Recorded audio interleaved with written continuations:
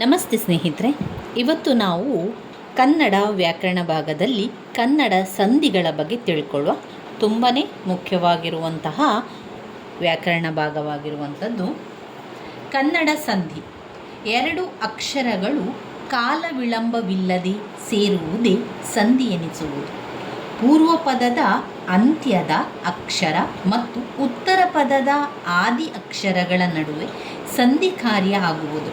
ಇದನ್ನು ಗಮನದಲ್ಲಿಟ್ಟುಕೊಂಡು ಮುಂದಿನ ಸಂಧಿಯ ಬಗ್ಗೆ ತಿಳಿಯತಕ್ಕದ್ದು. ಮೊದಲನೆಯದು ಲೋಪಸಂಧಿ.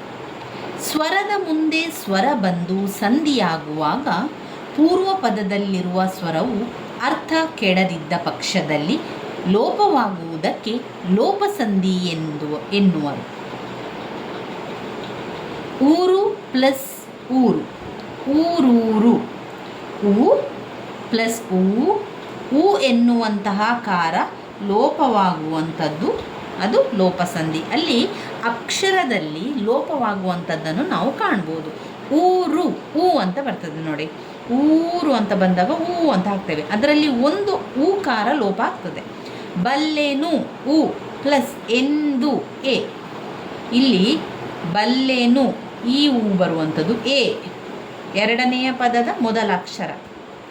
ಸ್ವರದ ಮುಂದೆ ಸ್ವರ ಬಂದು ಸಂಧಿಯಾಗುವಾಗ ಪೂರ್ವ ಪದದಲ್ಲಿರುವ ಸ್ವರದ ಅರ್ಥ ಕೆಡದಿದ್ದ ಪಕ್ಷದಲ್ಲಿ ಲೋಪವಾಗುವುದಕ್ಕೆ ಲೋಪಸಂಧಿ ಎನ್ನುವಂಥದ್ದು. ಇವನಿಗೆ ಪ್ಲಸ್ ಏನು, ಇವನಿಗೇನು, ಏಕಾರ ಲೋಪ ಆಗಿದೆ, ಊಕಾರ ಲೋಪವಾಗಿರುವಂಥದ್ದು.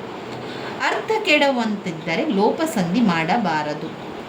ಮನೆ ಪ್ಲಸ್ ಇಂದ, ಮನೆಯಿಂದ ಎಂದಾಗದು.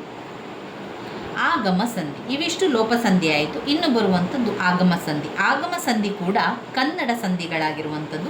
ಸಂಧಿಗಳಲ್ಲಿ ಎರಡು, ಇಲ್ಲಿ ಕನ್ನಡ ಸಂಧಿ ಮತ್ತು ಸಂಸ್ಕೃತಿ ಸಂಧಿ ಎನ್ನುವಂತಹ ಎರಡು ಸಂಧಿಗಳನ್ನು ನಾವು ಕಾಣ್ಬೋದು. ಇವಾಗ ನಾವು ಕಲಿತಾ ಇರುವಂಥದ್ದು ಕನ್ನಡ ಸಂಧಿ, ಅದರಲ್ಲಿ ಆಗಮ ಸಂಧಿ. ಸ್ವರದ ಮುಂದೆ ಸ್ವರ ಬಂದಾಗ ಲೋಪಸಂಧಿ ಮಾಡಿದರೆ ಅರ್ಥವು ಕೆಡುವಂತಿದ್ದಲ್ಲಿ ಆ ಎರಡು ಸ್ವರಗಳ ಮಧ್ಯದಲ್ಲಿ ಯಕಾರವಾಗುವನು ಅಥವಾ ವಾಕಾರವನ್ನು ಹೊಸದಾಗಿ ಸೇರಿಸಿ ಹೇಳುತ್ತೇವೆ. ಇದಕ್ಕೆ ಆಗಮ ಸಂಧಿ ಎನ್ನುವರು. ಯಕಾರ ಆಗಮನ ಮತ್ತು ವಕಾರ ಆಗಮನ ಸಂಧಿ. ಯಕಾರ ಆಗಮ ಸಂಧಿ ಆ, ಈ, ಎ, ಐ ಎ ಐಗಳ ಮುಂದೆ ಸ್ವರ ಬಂದರೆ ಈ ಎರಡೂ ಸ್ವರಗಳ ಮಧ್ಯದಲ್ಲಿ ಯಕಾರವು ಆಗಮವಾಗುವಂಥದ್ದು. ಕಾ ಪ್ಲಸ್ ಆದೆ ಕಾಯದೆ, ಯಾ ಬಂತು. ಆ ಗಿರಿ ಪ್ಲಸ್ ಅನ್ನು ಗಿರಿಯನ್ನು, ಯಕಾರಾಗಮನ. ಮೀ ಪ್ಲಸ್ ಲು ಮೀಯಲು. ಕೆರೆ ಪ್ಲಸ್ ಅನ್ನು ಕೆರೆಯನ್ನು. ಮೇ ಪ್ಲಸ್ ಇಸು ಮೇಯಿಸು. ಮೈ ಪ್ಲಸ್ ಅನ್ನು ಮೈಯನ್ನು. ಯಾ ಬಂದರೆ ಯಕಾರಾಗಮನ, ಅಲ್ಲಿ ವಾ ಬಂದರೆ ವಕಾರಾಗಮನ ಸಂಧಿಯಾಗುವಂಥದ್ದು. ಇನ್ನು ವಕಾರಾಗಮನ ಸಂಧಿಯಲ್ಲಿ ಉ ಋ ಓ ಸ್ವರಗಳ ಮುಂದೆ ಸ್ವರವು ಬಂದರೆ ನಡುವೆ ವಕಾರ ಆಗಮನವಾಗುವಂಥದ್ದು. ಮಡು ಪ್ಲಸ್ ಅನ್ನು ಮಡುವನ್ನು. ಪೂ ಪ್ಲಸ್ ಇಂದ ಪೂವಿಂದ. ಮಾತೃ ಪ್ಲಸ್ ಅನ್ನು ಮಾತೃವನ್ನು. ಗೋ ಪ್ಲಸ್ ಅನ್ನು ಗೋವನ್ನು. ವಕಾರ ಆಗಮನ ಬಂತು. ಪ್ರಕೃತಿ ಪ್ರತ್ಯಯ ಸೇರುವಾಗ ಆಕಾರದ ಮುಂದೆ ಆಕಾರ ಬಂದರೆ ವಕಾರಾಗಮನವಾಗುವಂಥದ್ದು. ಮನ ಪ್ಲಸ್ ಅನ್ನು ಮನವನ್ನು. ಕುಲ ಪ್ಲಸ್ ಅನ್ನು ಕುಲವನ್ನು. ನೆಲ ಪ್ಲಸ್ ಅನ್ನು ನೆಲವನ್ನು. ಆ ಶಬ್ದದ ಮುಂದೆ ಓಗಳು ಬಂದರೆ ನಡುವೆ ವಕಾರ ಆಗಮನವಾಗಿ ಬರುವುದುಂಟು. ಆ ಪ್ಲಸ್ ಊರು, ಆ ಊರು. ಆ ಪ್ಲಸ್ ಊಟ, ಆ ಊಟ. ಇವುಗಳನ್ನು ಸಂಧಿ ಮಾಡದೆಯೂ ಆ ಊರು ಎಂದು ಕೂಡ ಹೇಳಬಹುದು. ಈ ಶಬ್ದದ ಮುಂದೆ ಓ ಬಂದರೆ ವಕಾರಾಗಮನ ಆಗುತ್ತದೆ. ಈ ಪ್ಲಸ್ ಉಂಗುರ, ಈ ಉಂಗುರ. ಈ ಪ್ಲಸ್ ಊರು, ಈ ಊರು. ಈ ಪ್ಲಸ್ ಒಂಟಿ, ಈ ಒಂಟಿ. ಓ ಕಾರದ ಮುಂದೆ ಸ್ವರ ಬಂದರೆ ವಕಾರಾಗಮ ಬರುವುದೊಂದು, ಕೆಲವೊಮ್ಮೆ ಯಕಾರಾಗಮ ಕೂಡ ಬರ್ತದೆ. ಗೋ ಪ್ಲಸ್ ಅನ್ನು ಗೋವನ್ನು. No plus ಅಲು ನೋಯಲು. ಇನ್ನು ಬರುವಂತಹ ಸಂಧಿ ಆದೇಶ ಸಂಧಿ. ಸ್ವರ ಅಥವಾ ವ್ಯಂಜನ ಮುಂದೆ ಕತಪಗಳು ಬಂದಾಗ ಗದಪಗಳು ಆದೇಶವಾಗಿ ಬರುವುದಕ್ಕೆ ಆದೇಶ ಸಂಧಿ ಅಂತ ಹೇಳುವರು. ಕತಪಗಳಿಗೆ ಗದಪಗಳು ಆದೇಶವಾಗಿ ಬರುವಂಥದ್ದು. ಚಳಿ ಪ್ಲಸ್ ಕಾಲ ಚಳಿಗಾಲ.